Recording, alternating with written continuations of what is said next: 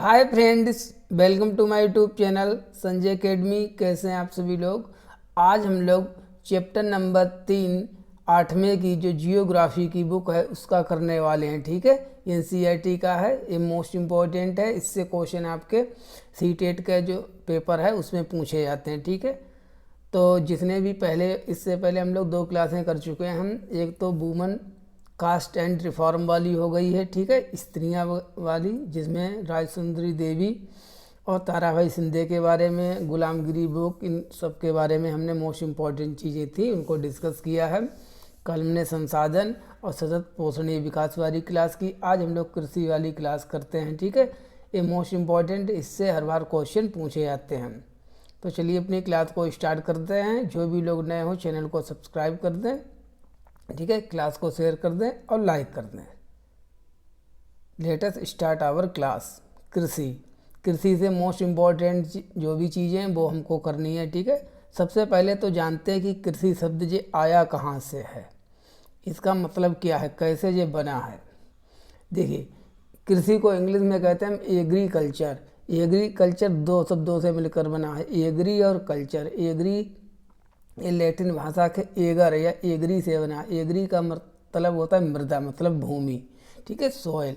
और कल्चर का होता है, ठीक है, जिसका अर्थ होता है कृषि करने, ठीक है, कृषि को करना। तो एग्रीकल्चर का मतलब क्या हो गया, कृषि करना। कहाँ, मृदा में ही तो कृषि करेंगे, तो एग्रीकल्चर का मतलब हो गया मृदा में खेती को करना, एग्रीकल्चर। अब मोस्ट इम्पॉर्टेंट इसके जो चीज़ें वो देखते हैं। सबसे पहला है हमारा कृषि। देखते हैं क्या है कृषि। देखिए, कृषि एक प्राथमिक क्रिया है। आपको कहानी वगैरह पढ़ने की कोई भी ज़रूरत नहीं है। जो भी मोस्ट इम्पॉर्टेंट चीज़ें हम उसको डिस्कस करेंगे। कृषि एक प्राथमिक क्रिया है जिसमें फसलों हैं, फलों हैं, सब्जियों हैं, फूलों को उगाया जाता है। ठीक है, और उसमें पशुपालन भी शामिल है। कृषि के अंतर्गत ही पशुपालन भी आ जाता है। विश्व में जो 50%, लगभग 50% जो लोग हैं वो आज भी कृषि के कार्यों में ही जुड़े हुए हैं, लगे हुए हैं, 50%। और अगर हम भारत में कहें तो भारत में लगभग 2/3, ठीक है, भारत की 2/3 जो जनसंख्या, लगभग 70% वो कृषि कार्यों में ही संलिप्त है, लगी हुई है। ठीक है, आगे चलते हैं। अब देखिए कृषि कहाँ पर की जाती है विश्व में। ये विश्व का मानचित्र है, ठीक है, तो इसको आप आराम से देखिए, ध्यान से देखिए। जो भी ये हरा हरा वाला भाग है यहाँ पर कृषि की जाती है। ठीक है, विश्व का मानचित्र है।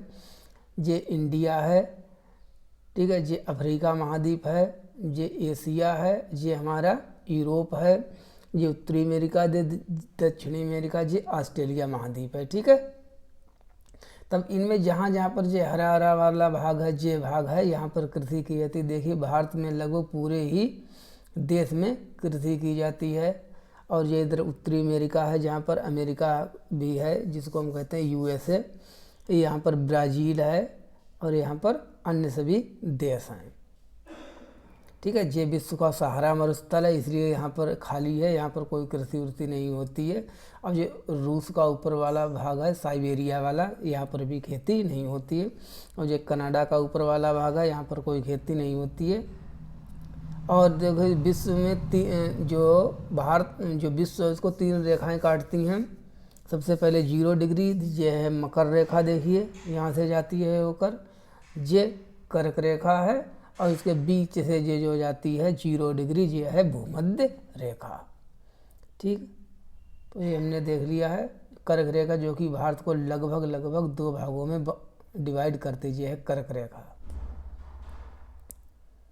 कृषिगत भूमि।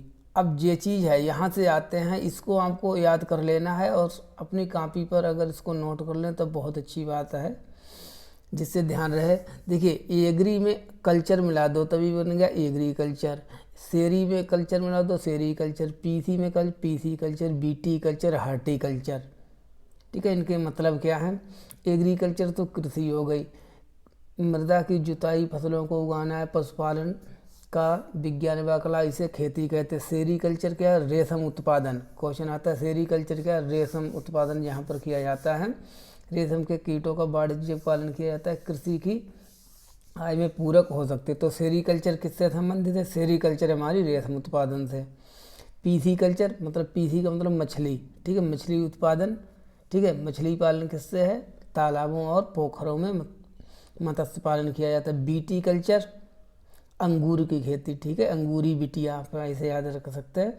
तो बीटी, बीटी का मतलब बिटिया, ठीक है, अंगूर की खेती बीटी कल्चर। हार्टिकल्चर उद्यान जिसमें फलों सब्जियों और फूलों को उगाया जाता है उसको हम कहते हैं हॉर्टिकल्चर या उद्यान कृषि। आगे कृषि तंत्र में क्या क्या शामिल है, कृषि में आता क्या क्या है? देखिए, कृषि में बीज है, उर्वरक है, मशीन है, श्रमिक है मतलब लेबर है, जुताई है, बुआई है, सिंचाई है, निराई है, कटाई है, ये सब कृषि के अंतर्गत ही आ जाती हैं। इस तंत्र के निर्गतों के अंतर्गत फसल है, ऊन है, डेयरी है, कुक्कुट उत्पाद आते हैं। देखिए हमको क्या क्या चीज़, किन किन चीज़ों की ज़रूरत होती है कृषि के लिए। देखिए जो फसल यहाँ पर है, रसायन लगाने होते हैं मतलब दवाओं का प्रयोग करना होता है, बीज है, मशीनरी, ये चीज़ें इसमें डालते हैं ऐसे करके, ठीक है। इनपुट आउटपुट प्रोसेसिंग वाली समझिए, इनपुट हमको क्या क्या लगाना पड़ा, देखिए ऐसे समझिए, input processing output. Input machinery है, बीज है डालने पड़े और रसायन डालने, फिर यहाँ पर जुताई बुआई छिड़काव किया, ठीक है। अब बाद में हमको क्या मिल गई? हमको मिल गई फसल। तो ऐसे ये काम करता है। और क्या क्या चीज़ें चाहिए होती हैं कृषि के लिए? देखिए सूर्य का प्रकाश होना चाहिए, वर्षा होनी चाहिए, मृदा होनी चाहिए, ढलान होनी चाहिए, तापमान भी होना चाहिए। उसके बाद जब अन्न आ जाता तब भंडारण है, श्रम है, मशीनरी है, रसायन, इतनी चीज़ों का हम प्रयोग करते हैं खेती के लिए। भौतिक एवं मानवीय कृषि निवेश जो हम इन्वेस्टमेंट करते हैं। अब कृषि के प्रकार, अब सबसे रोचक फैक्ट है, मुझे कौन बताएगा, भारत का एकमात्र ऐसा प्रदेश है जहाँ पर जैविक खेती की जाती है। पता नहीं कितनी बार यूपीएससी में भी ये क्वेश्चन पूछा गया है, ठीक है, आईएएस में जो क्वेश्चन आया था कि भारत का एकमात्र राज्य जहाँ पर जैविक कृषि की जाती है। अब जैविक कृषि होती क्या है? तो जैविक कृषि वो होती है जिसमें रासायनिक खादों को कोई भी प्रयोग नहीं किया जाता, यूरिया है, डीएपी है, ठीक है, और जो भी मोनोसल्फाइड जिंक है इनका कोई प्रयोग नहीं किया जाता है, ठीक। किसका प्रयोग किया जाता है? जैविक खादों का प्रयोग है। जैविक खाद में आपका पेड़ जिसको हम डंग केक है मतलब जानवरों का मलमूत्र है जिसको हम घूरा कहते हैं, ठीक है, इनका प्रयोग किया जाता है। इसमें कुल मिला के खादों का प्रयोग नहीं किया जाता है। प्राकृतिक कीड़ानाशी का उपयोग किया जाता है। फसलों का उत्पादन बढ़ाने के लिए कोई भी किसी भी प्रकार का अन्य कोई चीज़ नहीं मिलाई जाती। तो आप नोट कर लें, भारत का एकमात्र जैविक कृषि वाला प्रदेश है सिक्किम। सिक्किम, ठीक है, सिक्किम में बिल्कुल पूरी तरह से जैविक खादों का प्रयोग किया जाता है, कोई भी रासायनिक खादों का प्रयोग नहीं किया जाता है। अब कृषि के प्रकार, मेन खेल यहाँ से शुरू होता है, यहाँ से प्रश्न हमारे शुरू होते हैं। कृषि होती कितने प्रकार की? देखिए कृषि मेनली दो प्रकार की होती है, एक तो निर्वाह कृषि, एक होती वाणिज्यिक कृषि। निर्वाह कृषि वो होती है, निर्वाह नाम से ही क्लियर है, जो अपने आवश्यकताओं की पूर्ति के लिए की जाए। और वाणिज्यिक कृषि होती कॉमर्शियल, जिसको हम बेचकर जिन फसलों को हम रुपए कमाना हमारा उद्देश्य होता है वो होती वाणिज्यिक कृषि। अब निर्वाह कृषि को पढ़ते हैं डिटेल से। निर्वाह कृषि क्या है? इस प्रकार की कृषि कृषक परिवार की आवश्यकताओं को पूरा करने के लिए करते हैं, ठीक है। पारंपरिक रूप से कम उपजाऊ प्राप्त करने के लिए निम्न स्तरीय प्रौद्योगिकी है, पारिवारिक श्रम का उपयोग करते हैं। निर्वाह कृषि को फिर दो भागों में बांटा गया है, एक गहन निर्वाह कृषि, दूसरी आदिम निर्वाह कृषि। तो निर्वाह कृषि कितने भागों में बांटी गई? दो भागों में, ठीक है। अब इनको देखते हैं। गहन निर्वाह कृषि क्या है? किसान एक छोटे भूखंड अपने मतलब छोटे खेत पर ही साधारण औजारों और अधिक श्रम से खेती करता है। अधिक धूप वाले दिनों में युक्त जलवायु, उर्वर मृदा वाले खेतों में वर्ष में एक से अधिक फसलें उगाई जाती है। इसमें मुख्य फसल कौन सी? चावल, चावल मुख्य फसल होती है गहन निर्वाह कृषि में। अन्य फसलों में गेहूँ है, मक्का है, दलहन है, तिलहन है आदि शामिल हैं। गहन निर्वाह कृषि दक्षिण पूर्वी एशिया के सघन जनसंख्या वाले मानसूनी प्रदेशों में की जाती है। दूसरी होती आदिम निर्वाह कृषि, ठीक है, इसका नाम बहुत पूछा जाता है। स्थानांतरित कृषि कहाँ क्या होती है और भारत में कहाँ पर होती है स्थानांतरित कृषि? देखिए, स्थानांतरित कृषि को हम श्लेष एंड बर्न भी कहते हैं। श्लेष मतलब सफाई करना, बर्न माने जलाना। अमेजन बेसिन सघन वन क्षेत्र, उष्णकटिबंधीय अफ्रीका, दक्षिणी पूर्वी एशिया, उत्तरी पूर्वी भारत। अब अगर आपको मैप नहीं जानते तब आप इन चीज़ को समझ ही नहीं पाएंगे कि दक्षिण पूर्वी एशिया कहाँ है, उत्तर पूर्वी भारत मतलब नॉर्थ इंडिया के भागों में प्रचलित है। ये भारी वर्षा और वनस्पति के तीव्र पुनर्जनन वाले क्षेत्रों में की जाती है। वृक्षों को इसमें पता क्या किया जाता है, वृक्षों को काट दिया जाता है और बाद में जलाकर भूमि को साफ किया जाता है। वहाँ पर खेती कर ली जाती है, 2-3 साल तक की जाती है, ठीक है। राख को मृदा में मिला देते हैं और बाद में जब वहाँ की भूमि अनुपजाई होती है तब वहाँ से चले जाते हैं और दूसरी जगह फिर वही करते, जंगल को काटा, वहाँ पर भूमि को साफ किया, फिर वहाँ पर खेती करने लगे। इसे स्लेश एंड बर्न खेती भी कहते हैं या स्थानांतरित कृषि। ये भारत के दक्षिण पूर्वी राज्यों में की जाती है, जिसमें मणिपुर है, मेघालय है, त्रिपुरा है, असम है, अरुणाचल प्रदेश है, नागालैंड है, इनमें की जाती है। मक्का, रतालू, आलू, कसावा जैसे फसलों को उगाया जाता है। भूमि की उर्वरता की समाप्ति के बाद, मैंने कहा कि 2-3 साल तक खेती की, फिर वहाँ पर छोड़कर चले जाते हैं। कृषक एवं नई जगह पर चले जाते हैं। इस स्थानांतरित कृषि को हम कर्तन एवं दहन कृषि के नाम से भी जानते हैं। अब अलग अलग देशों में इसका अलग अलग नाम है, तो ये आप नोट कर लेना इसके क्या क्या नाम हैं। देखिए, स्थानांतरित कृषि विश्व में विभिन्न नामों से जाने। झूमिंग कहाँ कहते हैं, उत्तर पूर्वी भारत में झूमिंग भी कहते हैं, कर्तन एवं दहन भी कहते हैं, श्लेष एवं बर्न कहते हैं। झूमिंग खेती कहाँ की जाती है, उत्तर पूर्वी भारत। मिल्पा मैक्सिको मध्य अमेरिका, रोका ब्राज़ील, लदांग मलेशिया में कहते हैं, ठीक। आगे हमारा चलवासी पशुचरण क्या होता है। तो ये चलवासी ये लोग होते हैं जो सीजनल होते हैं, ठीक, अपने पशुओं को चराते हैं। और इस प्रकार की खेती जो है राजस्थान और जम्मू कश्मीर में की जाती है। कहाँ की जाती है, राजस्थान और जम्मू कश्मीर। इस प्रकार की खेती में पशुचारक पशुओं को चराने वाले पशुओं के साथ चारे और पानी के लिए एक स्थान से दूसरे स्थान पर आते जाते रहते हैं। इस प्रकार की गतिविधि जलवायु बाधाओं और भूभाग की प्रतिक्रिया उत्पन्न होती है। अब पशु कौन कौन से होते हैं, भेड़ है, ऊँट है, मवेशी है, याक है, बकरियाँ, ठीक है। ये लोग इन मवेशियों को पालते हैं।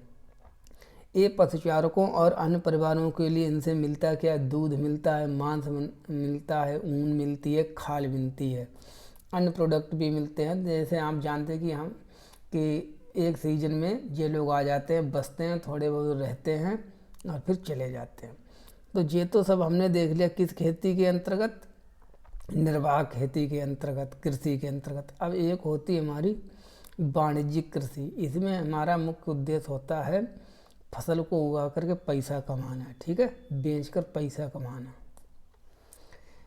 वाणिज्यिक कृषि में फसल उत्पादन, पशुपालन, बाजार में विक्रय हेतु, बाजार में बेचना है मेरा उद्देश्य, ठीक है। इसमें विस्तृत कृषि क्षेत्र, अधिक पूंजी की आवश्यकता होती है, अधिक मशीनों की आवश्यकता होती है। वाणिज्यिक अनाज कृषि, मिश्रित कृषि और रोपण कृषि इसमें शामिल है।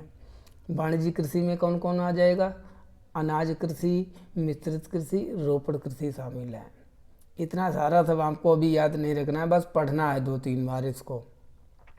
अब वाणिज्यिक अनाज कौन कौन से होते हैं, अनाज कृषि में फसलें वाणिज्यिक उद्देश्य से उगाई, गेहूँ और मक्का। गेहूँ और मक्का जो है सामान्य रूप से उगाई जाने वाली फसलें हैं। अब ये कहाँ पर की जाती वाणिज्यिक खेती? उत्तर अमेरिका, यूरोप, एशिया के शीतोष्ण घास के मैदान में की जाती है। ठीक है, ये क्षेत्र सैकड़ों हेक्टेयर के बड़े फार्म में होते हैं। ठीक, कुल मिला के आपको याद रखना है गेहूं और मक्का। अब मिश्रित कृषि क्या है? क्वेश्चन एक बार आया था कि मिश्रित खेती में क्या क्या चीज़ें शामिल हैं।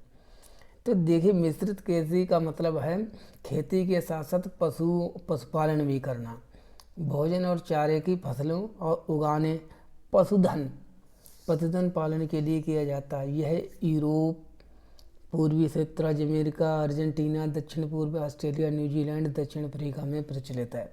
देखिए, अगर आप सीटेट को क्लियर करना चाहते हैं, ठीक है, बाद के सभी एग्ज़ाम्स है जो भी हमारे टीचिंग एग्ज़ाम्स होते हैं, इसके बाद सुपर टेट होगा, तब आपको NCERT 6th 7th क्लास 8 की बिल्कुल माला के समान है आपको। ठीक है, इनको आपको पढ़ना ही पड़ेगा। प्लीज़ अगर आप अभी ले लेंगे तब बहुत अच्छी बात है। ठीक है, इनको पढ़ डालिए, इनसे बाहर नहीं पेपर जाएगा आपको। न्यूजीलैंड में देखिए गन्ने की खेती है। ठीक है, गन्ना जो है हमारी, अब गन्ने को घर में थोड़ी भंडार करके रखते हैं, गन्ने को तो फैक्ट्री पर ले जाते हैं, बेचना हमारा उद्देश्य रहता है, रुपए पैसा कमाना। केले की खेती, देखिए यहाँ पर केला किया जा रहा है। ठीक है, तो ये भी बाजार में बिक्री के ही लिए किया जाता है। और रोपड़ कृषि मतलब जहाँ पर हम पेड़ों को लगाते हैं, जिसमें आता है हमारा केला। क्या क्या आता है रोपड़ कृषि में? रोपड़ कृषि वाणिज्यिक कृषि का एक प्रकार है, जहाँ चाय, कहवा मतलब कॉफ़ी, काजू, रबड़, केला, कपास, ठीक है, की फसलें उगाई जाती हैं। इसमें बहुत पैमाने पर श्रम, लेबर और पूंजी, रुपए पैसा की बहुत आवश्यकता होती है रोपड़ कृषि के लिए। केले की खेती करने के लिए, रबड़ की खेती करने के लिए, काजू की खेती करने के लिए।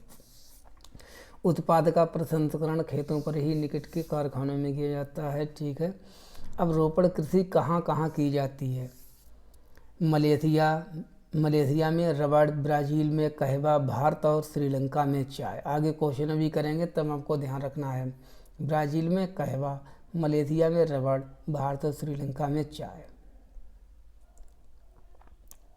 अब हम देखते हैं चावल की कृषि। अब हम मुख्य फसलें हैं, इन पर चर्चा करते हैं। इनके अंदर से क्वेश्चन आता है कि, ठीक है, तो मुख्य फसलें हमारी हैं, देखिए गेहूँ, चावल, मक्का, बाजरा मुख्य फसलें हैं।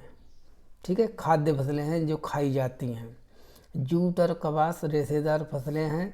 चाय और कहवा मुख्य पेय फसलें हैं जो पी जाती हैं। वो कौन है? चाय और कहवा। और जूट और कपास कैसी होती है? रेशेदार होती है, इनमें रेशा होता है। अब मुख्य फसल है हमारी चावल। चावल के लिए किस प्रकार की जलवायु चाहिए, कहाँ पर किया जाता है, ये देख लीजिए।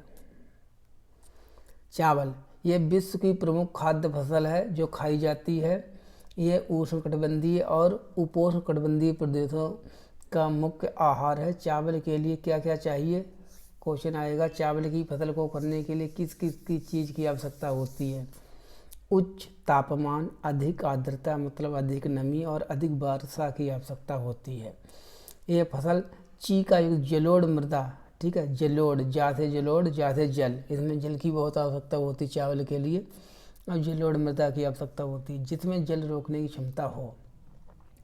चीन चावल उत्पादन में सबसे पहले नंबर पे है। कौन? चौथे चीन, चौथे चावल, ऐसे ध्यान रखना। इसके बाद भारत है, जापान है, श्रीलंका है, मिस्र है।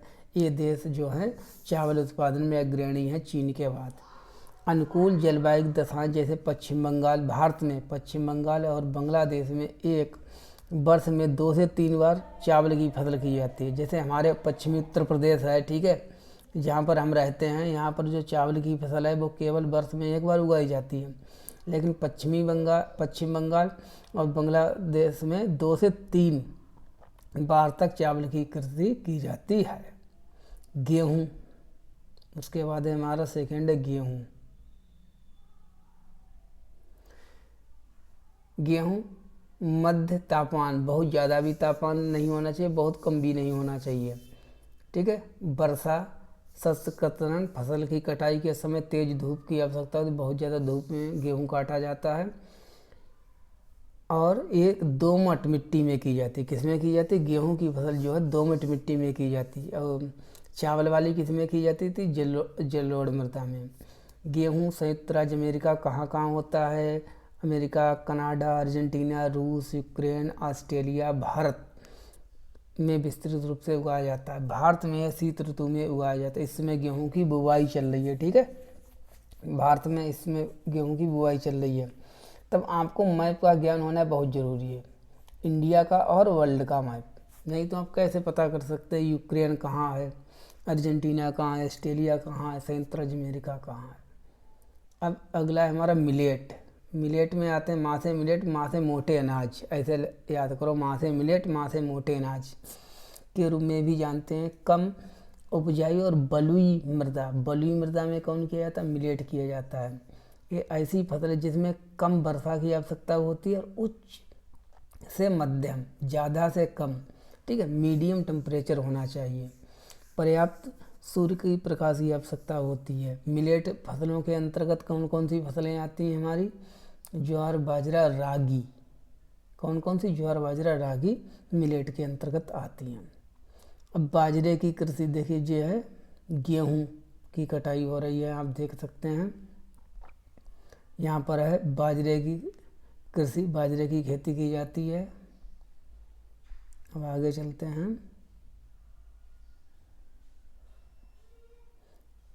अब जो बाजरा उत्पादक प्रमुख देश कौन कौन से हैं, नाइजीरिया, चीन और नाइजर। अब मक्का पर चर्चा करते हैं। मक्का देखिए, मक्के की खेती की जा रही है। इसके लिए मध्यम तापमान, वर्षा, अधिक धूप की आवश्यकता होती है। इसे सुप्रवाहित उपजाऊ मृदा की आवश्यकता होती है। मक्का कहाँ की जाती है, मक्का उत्तर अमेरिका, ब्राज़ील, चीन, रूस, कनाडा, भारत और मेक्सिको में मक्का की जाती है। मतलब मक्का इंडिया में भी की जाती है। देखिए ये है मक्का। क्या आप जानते हैं मक्का को कार्न, क्वेश्चन आए कार्न के नाम से किसको जाना जाता है, तो मक्का को जाना जाता है। विश्व में इसकी विभिन्न रंग बिरंगी प्रजातियां पाई जाती है। ये मक्का रखी हुई है, ठीक है, मक्का हो गई। अब हम देखते हैं कपास। ये हमारी कपास,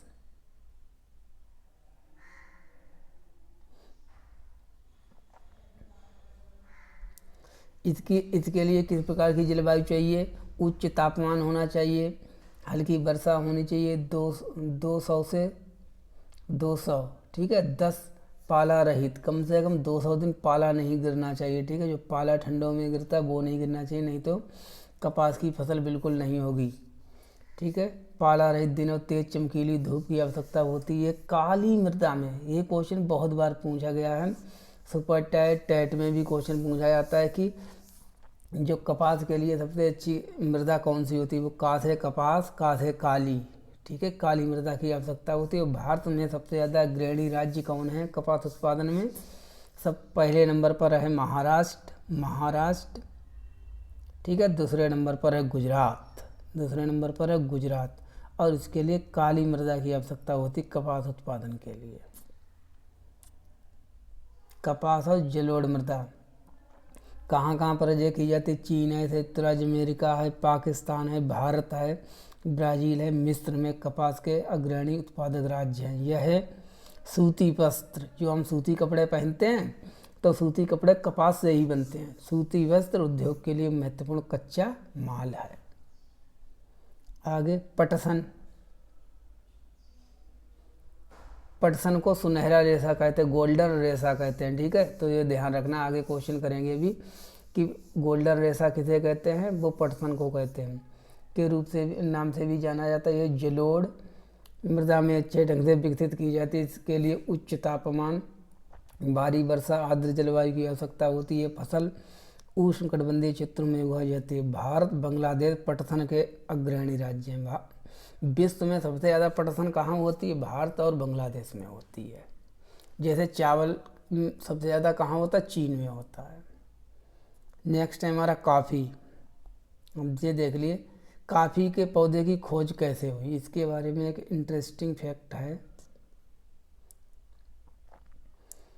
कॉफ़ी की खोज के विषय में विभिन्न कहानियाँ प्रचलित हैं। लगभग 850 ईस्वी में कलादी नाम का एक अरबवासी, अरब देश में रहने वाला जो बकरी चराने वाला था, ठीक है, अपनी बकरियों की अनोखी उछल कूद हरकतों को देखकर परेशान था। वो मतलब रोज़ देखता था कि उसकी बकरियां जो हैं इस पौधे को रोज़ खाती थीं। तो उसने देखा कि पता नहीं ये क्या चीज़ है, हम भी इसको एक दिन खाकर देखते हैं। एक दिन उसने भी उस सदा हरित, हमेशा हरी रहने वाले पौधे की फलियों को चखकर देखा जिसे उनकी बकरियां प्रतिदिन खाया करती थीं। उसके आनंद के भाव का अनुभव करने के बाद, ठीक है, उसने अपनी खोज के विषय में संसार को बताया कि एक जो है कॉफ़ी भी होती है। वहाँ से कॉफ़ी की शुरुआत हुई। अब कॉफ़ी के बारे में आगे पढ़ते हैं। इसके लिए गर्म एवं आर्द्र जलवायु, ठंडी सुप्रवाहित दोमट मिट्टी में कपास की जाती है, ठीक है। इस फसल की वृद्धि के लिए पर्वतीय ढाल अधिक उपयोगी होता है। ब्राज़ील कॉफ़ी का अग्रणी राज्य है। देखिए, अब रिवीजन कर लीजिए। कॉफ़ी का अग्रणी राज्य कौन है? ब्राज़ील। चावल का कौन है? चावल का है चीन। पटसन का कौन है? भारत और बांग्लादेश। इसके पश्चात कोलंबिया और भारत का नंबर आता है कॉफ़ी उत्पादन में। आगे हम देखते हैं चाय, जो कि हम लोग पर डे इसका यूज करते हैं। चाय बागानों में उगाई जाती है। इसके बागान होते हैं। इसकी कोमल पत्तियों की वृद्धि के लिए ठंडी जलवायु और वर्ष भर वितरित उच्च वर्षा की आवश्यकता होती है। इसके लिए सुप्रभावित दोमट मिट्टी, ठीक है, दोमट मृदा और मंद ढालान होनी चाहिए, ऐसी आवश्यकता होती है। पत्तियों को चुनने के लिए अधिक, इसमें लेबर का बहुत काम होता है। चाय के बागानों में जो है लेबर का बहुत काम होता है। तो ये देखिए औरतें हैं जब चाय की पत्तियों को तोड़ रही हैं। ये कृषि का विकास, खाद्य सुरक्षा, खाने की सुरक्षा, मतलब सभी को अनाज मिले खाने के लिए, ठीक है, अनाज की कमताई ना हो। और कैसा अनाज होना चाहिए? हर समय पर्याप्त मात्रा में मिलता रहे, जिससे ब्लैक मार्केटिंग ना हो, सुरक्षित हो, पौष्टिक खाद्य पदार्थ की सुविधा उपलब्ध हो सभी के लिए, ठीक है। तो ये है हमारी फूड सिक्योरिटी। अब कृषि का विकास कैसे हुआ?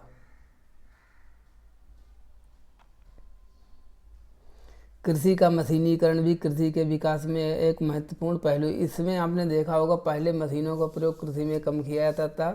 अब बहुत सी मशीनों का प्रयोग किया जाता है। कंबाइन है, थ्रेसर है, नई नई प्रकार के मशीनें आ जाए, रूटावेटर है, ये सब क्या है? किस मशीनें हैं। विकास का चरम लक्ष्य खाद्य कृषि, हमारा उद्देश्य क्या है? कृषि को विकसित करना, जिससे हमारी फूड सिक्योरिटी बनी रहे। अब ये आगे कुछ नहीं, देखिए ये है भारत के किसान का एक खेत, जो भारत का किसान खेत जोत रहा है। ये भारत के किसान का एक खेत, ठीक है। भारत के किसानों के खेत के जो लगभग होता है वो कितना होता है? 1.5 हेक्टेयर। 1.5 हेक्टेयर, जिसको अगर हम बीघा में कन्वर्ट करेंगे तो लगभग 15 बीघा, ठीक है। 15 बीघा बना जाके ये हेक्टेयर में कृषि कर। और देखिए अमेरिका में लोग कैसे, अमेरिका में जो खेत होते हैं वो कितने बड़े बड़े होते हैं, फार्म 250 हेक्टेयर लगभग, मतलब 375 बीघा। कितने बड़े उनके खेत होते होंगे, देखिए ये देख लीजिए, ये उनका एक खेत है। संयुक्त राज्य अमेरिका का एक फार्म। और संयुक्त राज्य अमेरिका में जो लोग होते हैं, ठीक है, उन कितनी ज़्यादा वेल डेवलप्ड वहाँ पर कृषि है। देखिए ये हेलीकॉप्टर के द्वारा ये खेतों में छिड़काव करना है दवाओं का, और हम लोग टंकी से करते हैं इसे। और इनके जो कंप्यूटर वगैरह होते हैं वो उपग्रहों से जुड़े हुए होते हैं। इनके पास हर सब मौसम की जानकारी आती रहती है कि कब पानी बरसने वाला है, कब आंधी आने वाली, कब तूफान आने वाला है, ठीक है। इसीलिए जो अमेरिका के किसान हैं वो क्या है पता है? वो बिजनेसमैन है, वो बिजनेस करते हैं। देखिए ये अमेरिका के फार्म में कटाई की जा रही है फसल की। ये लिखा है यहाँ पर। संयुक्त राज्य अमेरिका में किसान एक व्यवसायी हैं, ठीक है, बिजनेसमैन की तरह काम करते हैं, ना कि भारत के केवल खेती में काम करने वाले गरीबों किसानों की तरह। तो ये हमारा चैप्टर था, हम थोड़ी रिवीजन कर लेते हैं। बताएं आपने क्या क्या पढ़ा। उद्यान कृषि का अर्थ है, उद्यान माने क्या है, गेहूँ उगाना, आदिम कृषि फलों व सब्जियों को उगाना। तब उद्यान कृषि का अर्थ होता है फलों व सब्जियों को उगाना। सुनहरा रेशा किसे कहते हैं, बताएं, क्वेश्चन आया था। सुनहरा रेशा किसे कहते हैं, चाय, कपास, पटसन, तो सुनहरा रेशा हम पटसन को कहते हैं।